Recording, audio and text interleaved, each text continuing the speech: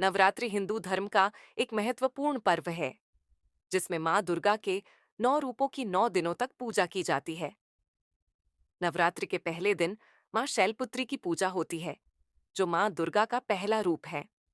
शैलपुत्री का अर्थ होता है पर्वत की पुत्री, जो इस बात का प्रतीक है कि वे हिमालय राजा हिमवान की पुत्री हैं। मां शैलपुत्री को प्रकृति की शक्ति और आध्यात्मिक जागरण का प्रतीक माना जाता है। मां शैलपुत्री का महत्व। मां शैलपुत्री प्रकृति की स्थिरता और शक्ति का प्रतीक है। वे एक वृषभ बैल पर सवार होती हैं और उनके एक हाथ में त्रिशूल और दूसरे हाथ में कमल का फूल होता है। उनका यह स्वरूप इस बात का प्रतीक है कि सृष्टि की प्रारंभिक ऊर्जा वही है।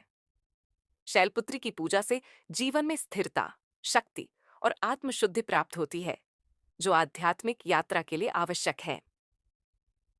पौराणिक कथा पिछले जन्म में मां शैलपुत्री सती के रूप में जन्मी थी और भगवान शिव की पत्नी थी।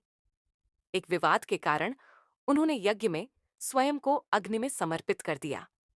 इसके बाद वे शैलराज हिमवान के घर शैलपुत्री के रूप में जन्मी और पुनः भगवान शिव की पत्नी बनी। ये कथा आत्मा के अमर होने और भक्ति की शक्ति का प्रतीक है। शैलपुत्री की पूजा नवरात्रि के पहले दिन इस यात्रा की शुरुआत के रूप में मानी जाती है, जो शुद्धता और भक्ति से भरी हो। आध्यात्मिक महत्व। मां शैलपुत्री मूलाधार चक्र की अधिष्ठात्री देवी हैं, जो मानव चेतना की नींव है। मूलाधार चक्र की शुद्धि और सक्रियता से आध्यात्मिक यात्रा की शुरुआत की जाती है। शैलपुत्री की पूजा से स्थिरता और मानसिक शांति प्राप्त होती है, जो आध्यात्मिक साधना के लिए आवश्यक होती है।